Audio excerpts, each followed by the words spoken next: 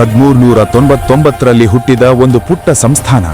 ಚಿಕ್ಕ ದೇವರಾಯ ಒಡೆಯರ್ ಹುಟ್ಟಿದ ಕಾಲಕ್ಕೆ ಒಂದು ಚಿಕ್ಕ ಸಂಸ್ಥಾನ ಹೇಗೆ ಸಂಪತ್ತಿನ ಶಿಖರ ಏರಿತು ಎಂದು ಅಲ್ಲಿಗೆ ಒಡೆಯರ್ ಮೊದಲ ಅಧ್ಯಾಯ ಮುಗಿಯಿತು.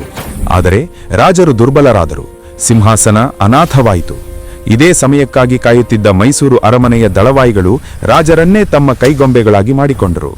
ಈ ಕತ್ತಲೆಯಲ್ಲಿ ಆಗ ಸಾಮಾನ್ಯ ಸೈನಿಕನಾಗಿ ಹೈದರಾಲಿ ಮತ್ತು ಅವನ ಮಗ ಟಿಪ್ಪು ಸುಲ್ತಾನ್ ರಕ್ತಸಿಕ್ತ ಯುದ್ಧಗಳು, ಶ್ರೀರಂಗಪಟ್ಟಣದ ಪತನ ಮತ್ತು ಬ್ರಿಟಿಷರ ಕಪಿಮುಷ್ಟಿ ಇವೆಲ್ಲವನ್ನೂ ಮೀರಿ ಮೈಸೂರು ಮತ್ತೆ ಎದ್ದು ನಿಂತಿದ್ದು ಹೇಗೆ ರಾಜರ್ಷಿ ನಾಲ್ವಡಿ ಕೃಷ್ಣರಾಜ ಒಡೆಯರವರು ಮೈಸೂರನ್ನು ಜಗತ್ತೇ ಮೆಚ್ಚುವಂತಹ ಮಾದರಿ ರಾಜ್ಯವನ್ನಾಗಿ ಕಟ್ಟಿದ್ದು ಹೇಗೆ?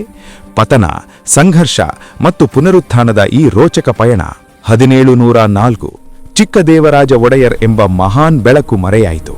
ಆ ಬೆಳಕು ಆರಿದ್ದೇ ತಡ ಮೈಸೂರಿನ ಸಿಂಹಾಸನವನ್ನು ಕತ್ತಲು ಆವರಿಸಿತು. ನಂತರ ಬಂದ ರಾಜರು ಸಿಂಹಾಸನದ ಭಾರವನ್ನು ಹೊರಲಾಗದೆ ಕುಗ್ಗಿ ಹೋದರು.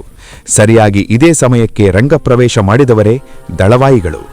ಅರಮನೆ ಚಿತ್ರಣ ಹೇಗಿತ್ತೆಂದರೆ, ಸಿಂಹಾಸನ ಮೇಲೆ ರಾಜರು ಕುಳಿತಿದ್ದರು. ಅವರನ್ನು ತಮಗಿಷ್ಟ ಬಂದಂತೆ ಆಡಿಸುವ ಸೂತ್ರ ದಳವಾಯಿಗಳ ಕೈಯಲ್ಲಿತ್ತು. ರಥದಲ್ಲಿ ರಾಜರು ಕುಳಿತಿದ್ದರು. ಲಗಾಮನ್ನು ಹಿಡಿದು ತಮಗಿಷ್ಟ ಬಂದ ಕಡೆಗೆ ರಾಜ್ಯವನ್ನು ಓಡಿಸುತ್ತಿದ್ದವರು ದಳವಾಯಿ ದೇವರಾಜಯ್ಯ ಮತ್ತು ನಂಜರಾಜಯ್ಯ. ರಾಜರು ಕೇವಲ ಹೆಸರಿಗಷ್ಟೇ ಪ್ರಭುಗಳಾಗಿದ್ದರು, ಆದರೆ ಅರಮನೆಯ ನಿಜವಾದ ಒಡೆಯರು ಈ ಸೇನಾಧಿಪತಿಗಳೇ ಆಗಿದ್ದರು. ದಳವಾಯಿಗಳ ದರ್ಬಾರ್ ನಡೆಯುತ್ತಿದ್ದ ಹೊತ್ತಲ್ಲೇ ಮೈಸೂರು ಸೈನ್ಯಕ್ಕೆ ಒಬ್ಬ ಸಾಮಾನ್ಯ ಸೈನಿಕನಾಗಿ ಸೇರ್ಪಡೆಯಾದ ಯುವಕ ಹೈದರಾಲಿ. ಅಕ್ಷರ ಕಲಿಯದಿದ್ದರೂ ಯುದ್ಧದ ತಂತ್ರಗಳನ್ನು ರಕ್ತಗತವಾಗಿಸಿಕೊಂಡಿದ್ದ ಒಬ್ಬ ಸಾಮಾನ್ಯ ಉದ್ಯೋಗಿ ತನ್ನ ಬುದ್ಧಿವಂತಿಕೆಯಿಂದಲೇ ಹೈದರಾಲಿ ಸೈನ್ಯದಲ್ಲಿ ಎಷ್ಟು ಬಲಿಷ್ಠನಾದನೆಂದರೆ, ಆಳುತ್ತಿದ್ದ ದಳವಾಯಿಗಳನ್ನೇ ಬದಿಗೊತ್ತಿ ಮೈಸೂರಿನ ಸರ್ವಾಧಿಕಾರಿಯಾಗಿ ಹೊರಹೊಮ್ಮಿದ್ದರು.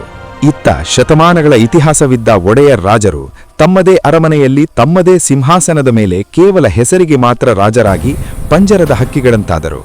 ಹೈದರಾಲಿ ಸುಮ್ಮನೆ ಕುಳಿತು ಆಳುವ ರಾಜನಾಗಿರಲಿಲ್ಲ. ಮರಾಠರು, ಹೈದರಾಬಾದಿನ ನಿಜಾಮರು ಮತ್ತು ಕುತಂತ್ರ ಬ್ರಿಟಿಷರು ಹೀಗೆ 3 ದಿಕ್ಕಿನಿಂದ ಬಂದ ಶತ್ರುಗಳನ್ನು ಸಮರ್ಥವಾಗಿ ಎದುರಿಸಿ ಮೈಸೂರಿನ ಗಡಿಯನ್ನು ವಿಸ್ತರಿಸುತ್ತಲೇ ಹೋದನು. ಅವರ ಕಾಲದಲ್ಲಿ ಮೈಸೂರು ದಕ್ಷಿಣ ಭಾರತದ ಅತ್ಯಂತ ಬಲಿಷ್ಠ ಮತ್ತು ಭಯಂಕರ ಶಕ್ತಿಯಾಗಿ ಬೆಳೆದು ನಿಂತಿತ್ತು. ಆದರೆ 1782ರಲ್ಲಿ ವಿಧಿ ಹೈದರಾಲಿಯನ್ನು ಕರೆಸಿಕೊಂಡಿತು. ಮಗ ರಂಗಪ್ರವೇಶ ಮಾಡಿದ ಅವನೇ ಟಿಪ್ಪು ಸುಲ್ತಾನ್.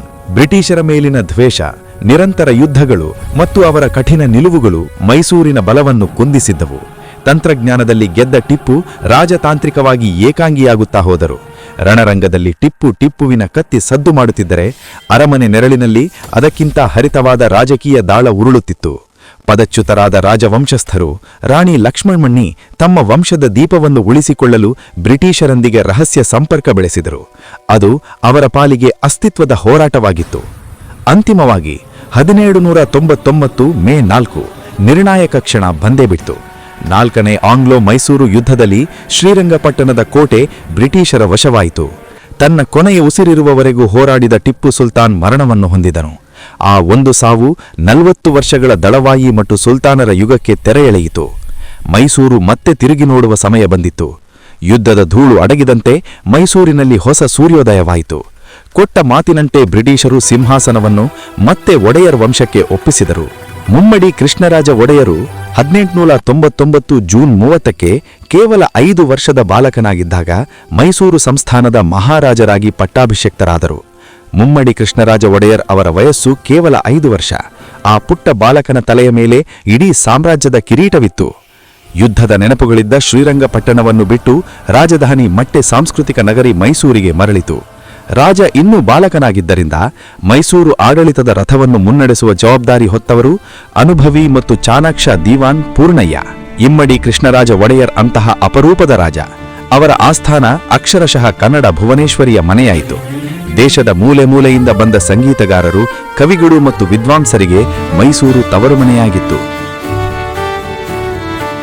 ಸ್ವತಃ ಅಪಾರ ಜ್ಞಾನಿಯಾಗಿದ್ದ ಮಹಾರಾಜರು ರಚಿಸಿರುವ ಶ್ರೀ ತತ್ವನಿಧಿ ಎಂಬ ಗ್ರಂಥ ಎಂದಿಗೂ ಪ್ರಪಂಚದ ಅದ್ಭುತಗಳಲ್ಲಿ ಒಂದು. ಅದರಲ್ಲಿರುವ ಚಿತ್ರಗಳು ಮತ್ತು ವಿಷಯ ವೈವಿಧ್ಯತೆ ಎಂಥವರನ್ನು ವಿಸ್ಮಿತಗೊಳಿಸುತ್ತದೆ. ಮೈಸೂರು ಇವತ್ತು ಸಾಂಸ್ಕೃತಿಕ ನಗರಿ ಎಂದು ಕರೆಸಿಕೊಳ್ತಿದ್ರೆ ಅದಕ್ಕೆ ಅಡಿಪಾಯ ಹಾಕಿದ ಶಿಲ್ಪಿ ಇವರೇ. ಆದರೆ 1831ರಲ್ಲಿ ಆಡಳಿತದಲ್ಲಿ ಲೋಪಗಳಿವೆ ಎಂಬುದನ್ನು ಬ್ರಿಟಿಷರು ಇಡೀ ರಾಜ್ಯದ ಅಧಿಕಾರವನ್ನು ತಮ್ಮ ಸುಪರ್ದಿಗೆ ತೆಗೆದುಕೊಂಡರು. ಮುಂದಿನ ಬರೋಬ್ಬಲಿ 50 ವರ್ಷಗಳ ಕಾಲ ಮೈಸೂರು ಬ್ರಿಟಿಷ್ ಕಮಿಷನರ್ ಆಳ್ವಿಕೆಯೊಳಪಟ್ಟಿತು. ಅರಮನೆಯಲ್ಲಿದ್ದ ರಾಜರು ಅಧಿಕಾರವಿಲ್ಲದೆ ನೊಂದರು, ಆದರೆ ಸೋಲಲಿಲ್ಲ.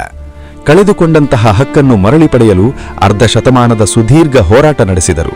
ಅದು 1881 ಮೈಸೂರಿನ ಪಾಲಿಗೆ ಸ್ವಾಭಿಮಾನದ ವರ್ಷ.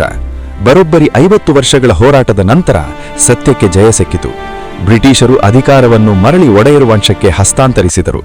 ಆಗ ಸಿಂಹಾಸನವೇರಿದ 10ನೇ ಚಾಮರಾಜೇಂದ್ರ ಒಡೆಯರ್ ಕೇವಲ ರಾಜರಾಗಿರಲಿಲ್ಲ, ಒಬ್ಬ ಪ್ರಜಾಪ್ರಭುವಾಗಿದ್ದರು. ಏಷ್ಯಾದಲ್ಲಿ ಮೊದಲ ಬಾರಿಗೆ ಪ್ರಜಾಪ್ರತಿನಿಧಿ ಸಭೆಯನ್ನು ಸ್ಥಾಪಿಸುವ ಮೂಲಕ ಪ್ರಜೆಗಳಿಗೂ ಆಡಳಿತದಲ್ಲಿ ಧ್ವನಿ ನೀಡಿದರು. ಇಡೀ ಭಾರತವೇ ಬೆರಗುಗಣ್ಣಿನಿಂದ ನೋಡುವಂತಹ ಮಾದಲಿ ಮೈಸೂರು ರಾಜ್ಯಕ್ಕೆ ಅಡಿಪಾಯ ಬಿದ್ದಿತ್ತು ಇವರ ಕಾಲದಲ್ಲಿ. ಆದರೆ ಮೈಸೂರು ಕಾಯುತ್ತಿದ್ದ ಆ ಬಂಗಾರದ ಗಳಿಗೆ ಶುರುವಾಗಿದೆ 1902ರಲ್ಲಿ.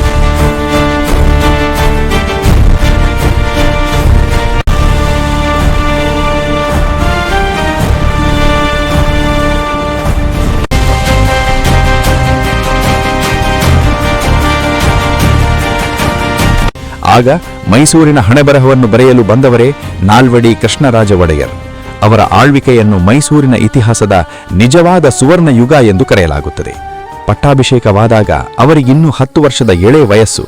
ಆಗ ಬಾಲಕರಾಜನಿಗೆ ಮಾರ್ಗದರ್ಶಕರಾಗಿ ರಾಜ್ಯದ ರಕ್ಷಕಿಯಾಗಿ ನಿಂತಿದ್ದು ಅವರ ತಾಯಿ ಮಹಾರಾಣಿ ವಾಣಿವಿಲಾಸ್ ಸನ್ನಿಧಾನ. ಮಗ ಬೆಳೆದು ರಾಜರ್ಷಿಯಾಗುವವರೆಗೂ ತಾಯಿ ರಾಜಪ್ರತಿನಿಧಿಯಾಗಿ ಮೈಸೂರನ್ನು ಕಣ್ಣಲ್ಲಿ ಕಣ್ಣಿಟ್ಟು ಕಾಪಾಡಿದರು. ಪೂರ್ಣ ಅಧಿಕಾರ ವಹಿಸಿಕೊಂಡ ನಾಲ್ವಡಿ ಕೃಷ್ಣರಾಜ ಒಡೆಯರ್ ಕೇವಲ ರಾಜನಂತೆ ಆಳಲಿಲ್ಲ, ಒಬ್ಬ ನುರಿತ ವಾಸ್ತುಶಿಲ್ಪಿಯಂತೆ ಆಧುನಿಕ ಮೈಸೂರನ್ನು ಇಟ್ಟಿಗೆಯಾಗಿ ಕಟ್ಟಿದರು.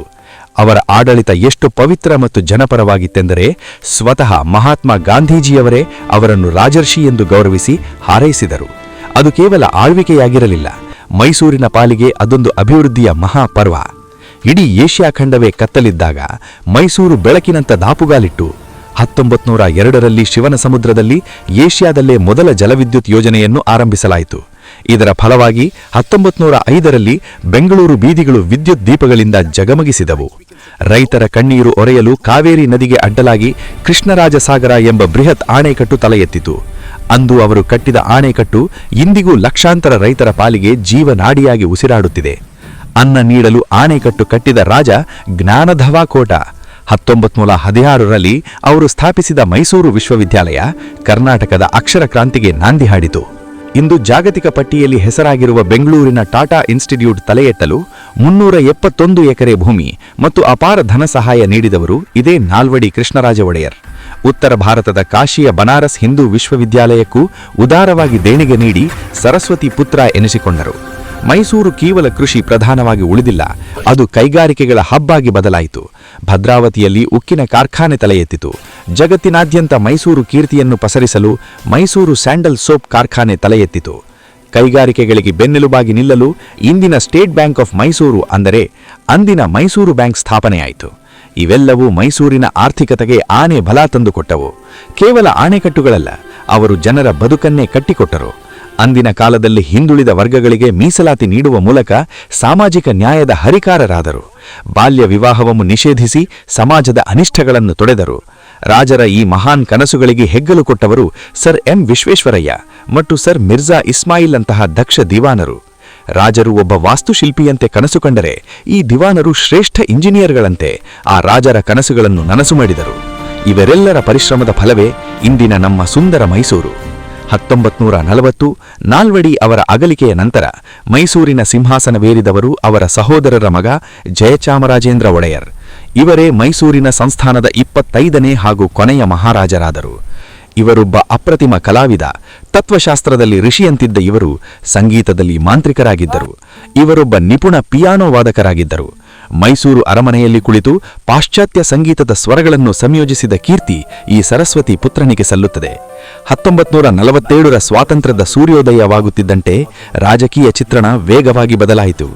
ಭಾರತದ ಒಕ್ಕೂಟವೆಂಬ ಮಹಾಸಾಗರದಲ್ಲಿ ಮೈಸೂರನ್ನು ವಿಲೀನಗೊಳಿಸುವ ಪತ್ರಕ್ಕೆ ಸಹಿ ಹಾಕಿದ ಮೊದಲ ರಾಜರಲ್ಲಿ ಇವರೂ ಒಬ್ಬರಾಗಿದ್ದರು. 1947 ರಾಜಪ್ರಭುತ್ವದ ಸೂರ್ಯ ಮುಳುಗಿ ಗಣರಾಜ್ಯದ ಉದಯಿಸಿದ ವರ್ಷ. ಮೈಸೂರು ಸಂಸ್ಥಾನವು ಅಧಿಕೃತವಾಗಿ ಭಾರತದ ಗಣರಾಜ್ಯದ ಭಾಗವಾಯಿತು. ಆದರೆ ವಿಶೇಷವೇನೆಂದರೆ ರಾಜತ್ವ ಹೋದರೂ ರಾಜರ ಮೇಲಿನ ಗೌರವ ಬದಲಾಗಲಿಲ್ಲ. ಜಯಚಾಮರಾಜೇಂದ್ರ ಒಡೆಯರ್ ಅವರು ಕಿರೀಟವನ್ನು ತ್ಯಜಿಸಿದರು, ಆದರೆ ಪ್ರಜೆಗಳ ಸೇವೆಯನ್ನು ತ್ಯಜಿಸಲಿಲ್ಲ. 1950ರಿಂದ 1956ರವರೆಗೆ ಅವರು ಮೈಸೂರು ರಾಜ್ಯದ ರಾಜಪ್ರಮುಖರಾಗಿ ಸೇವೆ ಸಲ್ಲಿಸಿದರು. 1956ರಲ್ಲಿ ಕನ್ನಡಿಗರ ಬಹುದಿನ ಕನಸಾದ ವಿಶಾಲ ಮೈಸೂರು ರಾಜ್ಯ ರಚನೆಯಾದಾಗ ಮೊದಲ ರಾಜ್ಯಪಾಲರಾಗಿ ಪ್ರಮಾಣ ವಚನ ಸ್ವೀಕರಿಸುವ ಮೂಲಕ ಇತಿಹಾಸದ ಪುಟಗಳಲ್ಲಿ ಶಾಶ್ವತವಾಗಿ ಉನ್ನತ ಸ್ಥಾನ ಪಡೆದರು. 1974ರಲ್ಲಿ ಜಯಚಾಮರಾಜೇಂದ್ರ ಒಡೆಯರ್ ನಿಧನದೊಂದಿಗೆ ಮೈಸೂರಿನಲ್ಲಿ ನೇರವಾಗಿ ಆಳಿದ ಕೊನೆಯ ದೊರೆ ಯುಗಾಂತವಾಯಿತು. ರಾಜಪ್ರಭುತ್ವ ಕೊನೆಗೊಂಡರೂ ರಾಜ ಪರಂಪರೆ ಕೊನೆಗೊಂಡಿಲ್ಲ.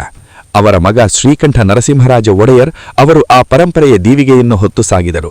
ಇಂದು ಅದೇ ಪರಂಪರೆಯನ್ನು ಯದುವೀರ್ ಕೃಷ್ಣದತ್ತ ಚಾಮರಾಜ ಒಡೆಯರ್ ಅವರು ಮುನ್ನಡೆಸುತ್ತಿದ್ದಾರೆ. ರಾಜರ ಆಳ್ವಿಕೆ ಇಲ್ಲದಿದ್ದರೂ ದಸರಾ ಸೇರಿದಂತೆ ಮೈಸೂರಿನ ಸಾಂಪ್ರದಾಯಿಕ ಆಚರಣೆಗಳ ಮುಖ್ಯಸ್ಥರಾಗಿ ಅವರು ಇಂದಿಗೂ ಆ ಪರಂಪರೆಯನ್ನು ಜೀವಂತವಾಗಿಸಿದ್ದಾರೆ.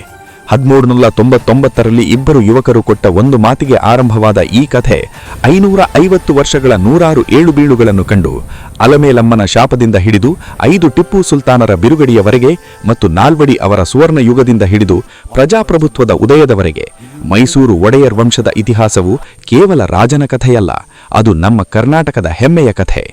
ಒಡೆಯರ್ ರಾಜಮನೆತನದ ಆಳ್ವಿಕೆ ಕೊನೆಗೊಂಡಿರಬಹುದು, ಆದರೆ ಅವರು ಬಿಟ್ಟು ಹೋದ ಪರಂಪರೆ ಹೂವು ಬಾಡಿದರೂ ಸುವಾಸನೆ ಉಳಿದಿರುವಂತೆ ಇಂದಿಗೂ ಜೀವಂತವಾಗಿದೆ. ಅವರು ನಿರ್ಮಿಸಿದ ಭವ್ಯ ಮೈಸೂರು